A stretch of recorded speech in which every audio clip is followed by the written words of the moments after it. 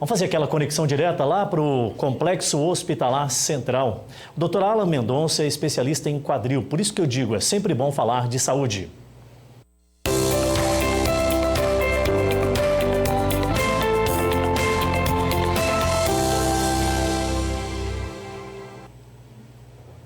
Doutor Alan Mendonça está conectado conosco. Ô, doutor, tudo bem? Boa tarde, bem-vindo aqui à Band mais uma vez para falar sobre esse problema que principalmente, eu não sei se eu estou equivocado, as pessoas daquela fase, maior idade, ficam mais vulneráveis, né? Fraturas no quadril, é isso, né, doutor? Boa tarde.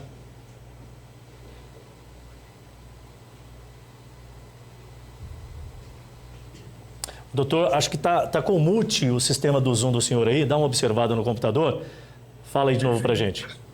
Peço desculpa a você e a audiência. Boa tarde, o prazer é todo meu de estar aqui novamente no programa. A ideia hoje é a gente falar assim, um pouquinho sobre as fraturas de quadril, né, que são fraturas muito comuns, muito prevalentes e que afetam dois tipos, Adilson, de pacientes. Existe um grupo de pacientes, são pacientes jovens, que geralmente gozam de boa saúde e que sofrem um acidente com grande energia cinética, um acidente de moto, de carro, uma queda de altura. E esses pacientes jovens com acidentes, com traumas de grande energia, podem ter fraturas do quadril. Agora, o mais comum, o que a gente vê na nossa rotina diária, são de fato os pacientes idosos, né? E geralmente acima de 70, 80 anos, que sofrem quedas de pequena altura, quedas da própria altura, tropeçam, caem, quase sempre no ambiente doméstico, quase sempre isso acontece em casa, e aí, infelizmente, sofrem essas fraturas de quadril. Doutor, por quê? Eu queria falar sobre avanços no tratamento, sobre essas fraturas. Por que a gente tem um grande índice de pessoas idosas que têm esse tipo de fratura e muitas das vezes não consegue mais restabelecer a normalidade nos seus movimentos? Essas tecnologias, com esses avanços, estão melhorando esses índices ou também é muito por uma questão de disciplina do próprio paciente? Quando a gente fala em tratamento, a gente tem que pensar em duas situações, né? O ideal é a prevenção.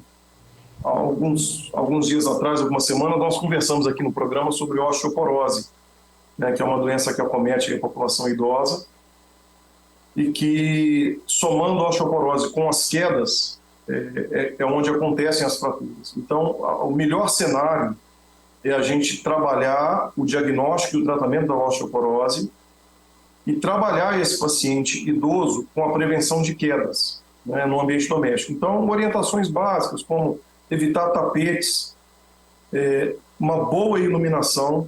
Tem estudos mostrando que a má iluminação em casa é um dos fatores que mais derrubam o idoso, né? Porque ele acaba não enxergando, já enxerga mal pela própria idade, e num ambiente mal iluminado isso aumenta aí o risco de queda. Então, uma ponta, a melhor fase do tratamento é a prevenção das fraturas. Agora, uma vez que o paciente já tenha fraturado, é uma situação caótica. Os estudos, Adilson, mostram que 1/3 dos pacientes idosos com fratura de quadril, eles vão passar a ter alguma deficiência.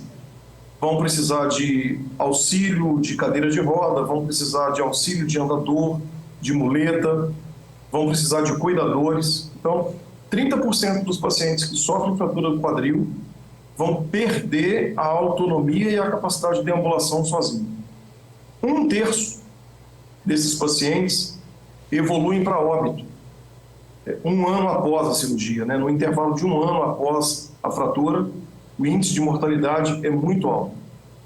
Então, praticamente metade dos pacientes que terão boa evolução se forem bem tratados. Então, por isso que eu falo que o melhor tratamento é prevenir e evitar a fratura. Agora, uma vez que ela aconteceu, aí sim, houveram nos últimos anos avanços assim, na tecnologia, né? Não só da técnica cirúrgica e do tipo de material que a gente usa lá no centro cirúrgico, mas melhoraram os suportes pós-operatório. É um paciente que vai para a UTI, e a UTI, onde ele tem cuidados intensivos, então melhora a sobrevida desse paciente. Antes da cirurgia, esse paciente é avaliado por uma equipe multidisciplinar, né? Ele é visto pelo cardiologista, visto pelo geriatra, para que a gente possa equilibrar o estado de saúde desse paciente para que, o quanto antes e assim que for possível, ele possa ir para a cirurgia, mas com os riscos minimizados. Tá? Então, assim, tomando as devidas prevenções, aí sim a gente consegue evoluir justamente para diminuir essas margens que são preocupantes dos índices que a gente tem conhecimento de casos de pessoas que não recuperam movimentos. Doutor, eu preciso encerrar a entrevista, mas eu quero agradecer pela participação e só deixa para mim a informação. A pessoa pode ter fraturado o quadril e não ter o devido conhecimento. Que tipo de sintoma eu estou sentindo que é importante demais que eu busque um médico ou faça um exame? Quase sempre o idoso com fratura de quadril ele vai sentir muita dor, o membro afetado fica mais curto e rodado externamente. Essa foto aí ilustra bem, né, como é que fica a perna do paciente. Então esse paciente, a família vai encontrá-lo caído no chão, com muita dor, e ele não consegue ficar de pé. Então o melhor a fazer é chamar o serviço de resgate, o SAMU, para que ele seja colocado numa maca e conduzido imediatamente ao hospital. Porém, tem alguns pacientes que sofrem o que a gente chama de fratura incompleta e que mesmo com o fêmur quebrado, mesmo com o quadril quebrado, ele consegue ficar de pé e consegue andar, né? Então, o que se tem a fazer num paciente idoso que teve queda e que está com dor no quadril, ainda que ele consiga andar, ele deve ir ao pronto-socorro para fazer os exames de imagem e ter a certeza do diagnóstico. E é sempre bom e importante lembrar aí a nossa audiência que aqui, em se tratando da medicina de alta, média, baixa complexidade, o Complexo Hospitalar Central está sempre muito bem atualizado. Dr. Alan Mendonça, especialista em quadril, muito obrigado pela participação, uma boa tarde ao senhor, seja sempre bem-vindo.